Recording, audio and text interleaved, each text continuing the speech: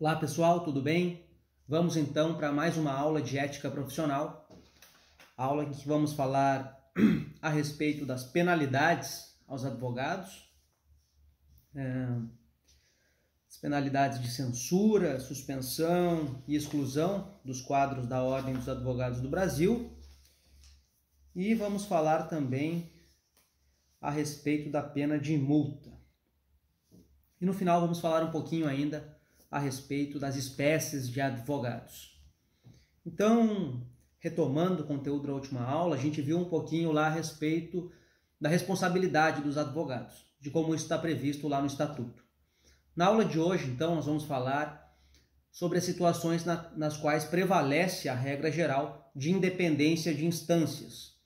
Vocês devem lembrar que em casos em que há um processo criminal, um processo penal, no qual o advogado é absolvido com trânsito em julgado por comprovada inexistência da materialidade do fato, ou também comprovada a inexistência de autoria por parte do réu advogado, não há que se falar em processar esse advogado em outros meios. Então, portanto, há uma ruptura em relação à regra geral de independência de instâncias nesses casos. Na aula de hoje a gente vai falar a respeito dos casos em que não há essa exclusão, não há essa exceção em relação à independência de instâncias. Então a gente vai ver como é que funciona o processo disciplinar, ou melhor, as penalidades do processo disciplinar em sede de Ordem dos Advogados do Brasil. E as penalidades são basicamente 4 e vão estar previstas lá no artigo 34, do inciso 1º até o inciso 29 do Estatuto da OAB. Primeiro, do inciso 1 ao 16, nós vamos ter a pena de censura, que é uma pena aplicada em relação a delitos mas a irregularidades leves na prática advocatícia. Depois vamos ter também, dos incisos 17 ao 25, a pena de suspensão para alguma falta grave do advogado, e por fim, então, lá do 26 até o 28, a pena de exclusão para faltas gravíssimas. Todas essas penas são aplicadas aos advogados, e há ainda a pena de censura para os estagiários previstas lá no inciso 29. O advogado o estagiário não vai ser submetido à pena de suspensão e tampouco de exclusão. Então, para o estagiário vai valer só a questão da censura. Então, vamos lá, gente.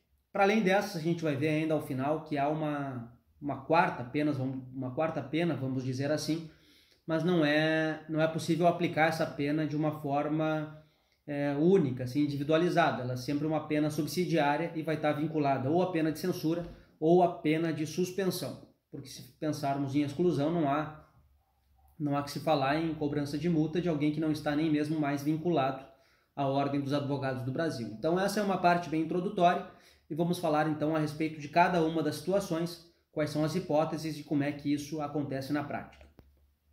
Primeiro então, a pena de censura, quando há uma falta leve, e está prevista lá do inciso 1 ao 16 do artigo 34. A pena de censura é uma espécie de bronca que a Ordem dos Advogados do Brasil dá ao advogado.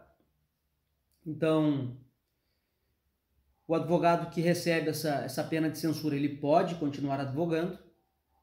No que diz respeito à possível publicação dessa pena de censura de uma forma pública, como o próprio nome diz, não pode, a Ordem não publiciza essa pena de censura, mas vai ficar lá vinculada ao registro funcional do advogado. Então, se eventualmente acontecer uma outra situação, ou se precisar verificar os antecedentes em termos institucionais, vai estar lá essa pena de censura, que pode trazer algumas implicações para o advogado. O que é importante aqui, pessoal, em relação à pena de censura? Primeiro, há causas atenuantes. Elas estão previstas lá no artigo 40 do Estatuto.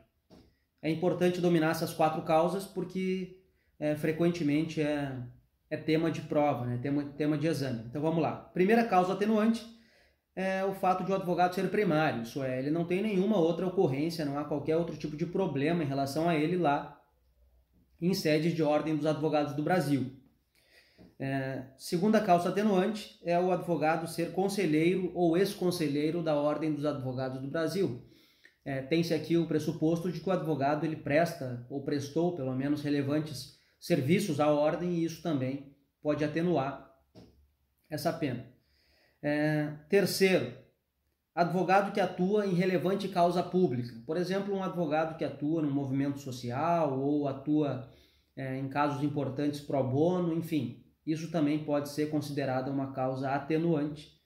E, por fim, o excesso na defesa de prerrogativas. Digamos que o advogado lá em um determinado desagravo, ele acaba se excedendo um pouco e a ordem vai processar esse advogado administrativamente e aí, se for essa a conduta que levou à censura, né, ou ao processo de censura, vai ser uma causa atenuante porque, enfim, ele estava atuando talvez com demasiado vigor no que diz respeito às defesas da própria advocacia, né? Então, nesse caso, a gente vai falar em uma causa atenuante também. Por que é importante falar dessas causas atenuantes aqui? Porque essa censura, se houver uma dessas causas atenuantes, ela pode ser convertida em advertência, na forma lá do artigo 36 do Estatuto. E vocês poderiam pensar que censura e advertência é a mesma coisa, afinal é uma bronca ali que o advogado toma. Mas, na verdade, a advertência não é considerada uma pena, gente. Então, ela não vai funcionar para fins de reincidência lá em processos administrativos. E isso vai fazer com que o advogado também não tenha lá na sua ficha, no seu registro funcional junto à seccional, qualquer tipo de penalidade aplicada. Então, é muito melhor uma advertência do que essa pena de censura, que já é algo um pouco mais formal, mais rigoroso em relação ao advogado. Lembrando, então, advertência não é penalidade. Para fins de prova, a gente tem que lembrar que penalidade é censura, suspensão e exclusão. Questão da reincidência. O que pode acontecer aqui se o advogado foi advertido uma vez, foi censurado, e ele não mudou sua conduta e logo em seguida ali, de novo, ele comete um novo ato, é processado novamente e de novo recebe uma pena de censura. Bom, essas duas penas de censura podem ser convertidas em uma pena de suspensão. Então, no caso de reincidência, o advogado pode acabar recebendo uma pena um pouco mais grave, né? Porque o advogado suspenso, ao contrário aqui da censura, o advogado suspenso ele não pode advogar pelo prazo em que durar essa suspensão.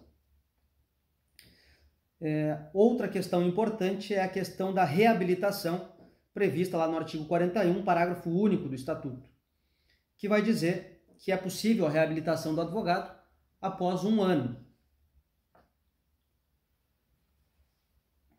Pessoal, nenhuma pena tem caráter perpétuo, né? A gente vê que, mesmo lá no processo penal, depois de cumprida a condenação e passado um tempo, o advogado pode, ou qualquer pessoa pode pedir a reabilitação criminal. E aqui, em termos de Ordem dos Advogados do Brasil, não é diferente. Passado 1 ano da data em que o advogado recebeu a censura, ele pode pedir a reabilitação e assim ele vai limpar a sua ficha, vamos dizer assim, né? Então não vai constar lá mais esse registro de pena de censura para fins de ele ser, enfim, recebendo uma outra censura, ser suspenso ou outras coisas mais graves que podem acontecer. Então há essa possibilidade do pedido de reabilitação. Lembrando, 1 ano da data da censura, certo? Vamos lá então para os casos em que acontece uma falta grave, e aqui vamos falar não em censura, mas sim em suspensão. O advogado que recebe uma suspensão, ele pode advogar?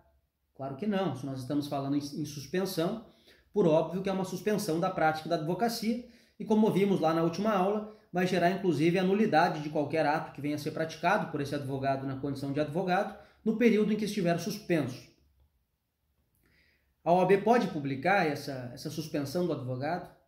Não só pode, como deve. Se o advogado está suspenso, é importante que as pessoas saibam que aquele advogado não pode exercer a advocacia pelo período que foi pré-determinado. Regra.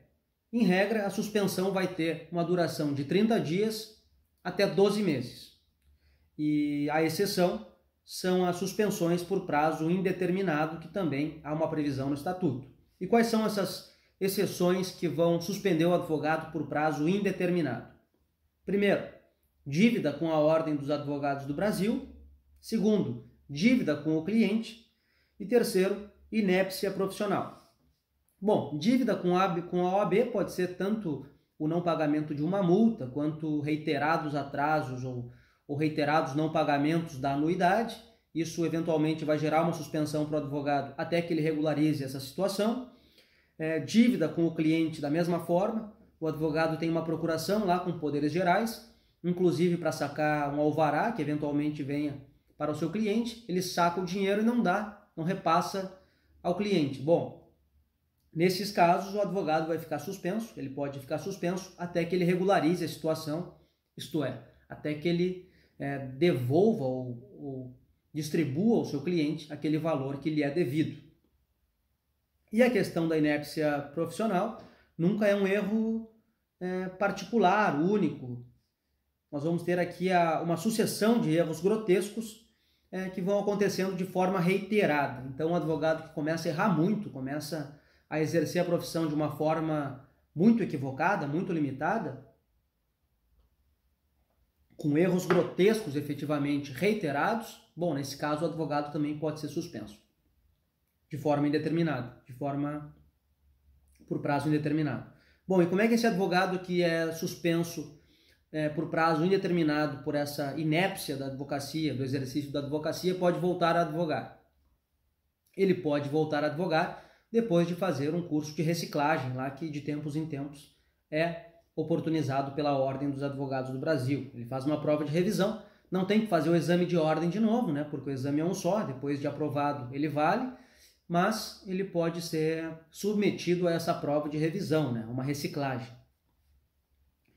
Questão das causas atenuantes. É possível converter a pena de suspensão em uma pena de censura, por exemplo? Não, não é possível. Não é. Então, mesmo que haja essa atenuante, ela não vai tirar a suspensão, não vai evitar a suspensão do advogado. O que pode acontecer, então? Pode acontecer, se houver uma daquelas atenuantes sobre as quais acabamos de falar, pode acontecer de essa suspensão ficar mais próxima dos 30 dias do que dos 12 meses. Então vai ser uma redução da pena, assim, mutatis mutandis, no que diz respeito a penas penais. Reincidência, gente. Vimos lá que 2 censuras podem gerar uma suspensão. Aqui, em termos de suspensão, 3 suspensões podem levar à exclusão do advogado dos quadros da Ordem dos Advogados do Brasil. Então, 2 censuras, 1 suspensão, 3 suspensões, pode levar à exclusão. Reabilitação. Vimos lá que na censura, 1 ano passado da censura, o advogado pode pedir a sua reabilitação. E como é que funciona a reabilitação aqui na pena de suspensão? Bom, aqui é 1 ano contado da data do término da suspensão.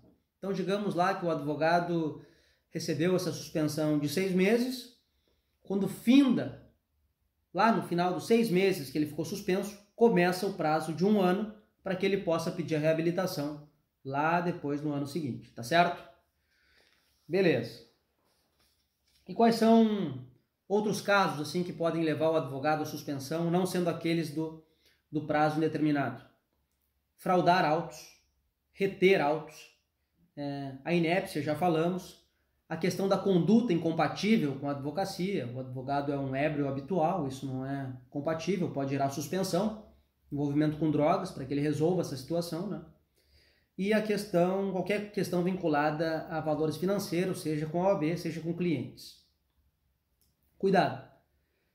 O agenciamento de clientes, ele não é motivo para suspensão, ele pode ser um motivo lá para uma censura, mas não para suspensão, porque há aqui não uma razão financeira imediata, mas uma perspectiva, né? Um potencial de recebimento de valores. Então aqui, no que diz respeito ao agenciamento de clientes, não vai cair nessas causas de suspensão. Exclusão para as faltas gravíssimas dos advogados. Primeiro, a gente tem que lembrar que é preciso que haja o voto de 2/3 do conselho, né, dos membros da seccional, ou do Tribunal de Ética, quando houver, como é o nosso caso aqui no Rio Grande do Sul. Então, quais são as faltas gravíssimas? Primeiro, a questão da reincidência, né? Se o advogado vai lá com 3 suspensões, ele pode ser sujeito a esse processo aqui de exclusão. Depois, se o advogado apresentar falsa prova à OAB, ele se inscreve na OAB lá com um certificado, com um diploma, com um exame fraudado da OAB ou com uma falsa documentação relativa à aprovação no exame. Nesses casos, vai dar ensejo a esse processo de exclusão por uma falta gravíssima. Que mais? O advogado ser inidôneo ou ter praticado crime infame. E vamos lembrar rapidinho, o crime infame é aquele vinculado à advocacia, o advogado que assassina uma testemunha para que ela não deponha, por exemplo. E a questão do advogado ser inidôneo é aquele que comete um crime comum, não vinculado à advocacia, ou mesmo, por exemplo, o advogado que posa para uma revista de nudez. Isso pode levar à exclusão, porque, enfim, passaria uma imagem que não é aquela imagem que se espera da advocacia, de uma advocacia séria e profissional, certo? O advogado que foi excluído pode advogar? Claro que não, né, gente? Acabou de ser excluído, então, por óbvio, todos os atos praticados serão nulos. A OAB pode publicar a exclusão desse advogado? Não só pode, como deve, de novo, né? Se o advogado está excluído, foi excluído da OAB, é claro que é interesse da classe, da categoria, informar o maior número de pessoas que esse advogado, que esse profissional não vai poder exercer a advocacia. Reabilitação é após 1 ano, gente. Aí vamos cuidar aqui que tem uma diferença. Se é após 1 ano, se o motivo da exclusão não foi um crime ou se foi um crime. Se não houve crime, o pedido de reabilitação pode acontecer após 1 ano da exclusão. Por exemplo, o exemplo que a gente utilizou aqui foi da advogada que posa para uma revista de nudez. Então, passada a data da exclusão, se o motivo foi esse, 1 ano depois, essa advogada pode pedir a revisão e pode tentar voltar a advogar, voltar a se inscrever nos quadros de ordem. E a reabilitação aqui, se houver crime, né, infame ou inidôneo, é condicionada à reabilitação criminal. Então, passou o processo criminal lá com a condenação, um advogado vai ter que pedir a reabilitação criminal e feita essa reabilitação criminal, conta 1 ano para que ele volte, para que ele peça a reabilitação junto à Ordem dos Advogados do Brasil. Pessoal, pena de multa. Como é que funciona a pena de multa aqui em termos de OAB? Primeiro, a gente tem que saber que ela é uma penalidade acessória. Então, o advogado nunca vai receber só a multa. Sempre vai estar junto com ou a censura ou com a suspensão, certo? Essa é a primeira questão. E a variação dessa multa é não vinculada ao salário mínimo, né, mas vinculada às anuidades da OAB. E essa multa pode variar de 1 até 10 anuidades. Como nós sabemos, a anuidade não é barata, né, gente? Então pode representar um valor expressivo aqui, essa multa que vai ser aplicada ao advogado, junto com a advertência e junto com a suspensão. E por que não uma multa como pena acessória à pena de exclusão? Bom, aí nós não estamos falando mais de um vínculo desse advogado com a própria OAB. Não faria sentido a gente falar em multa aqui, sobretudo vinculada às anuidades de um advogado que nem faz parte mais da categoria, da classe. Certo. Passamos então essa parte de penalidades que decorrem da responsabilidade do advogado junto à OAB e vamos falar de espécies de advogado. Bom, temos 2 espécies principais aqui, que é o advogado autônomo e o advogado público.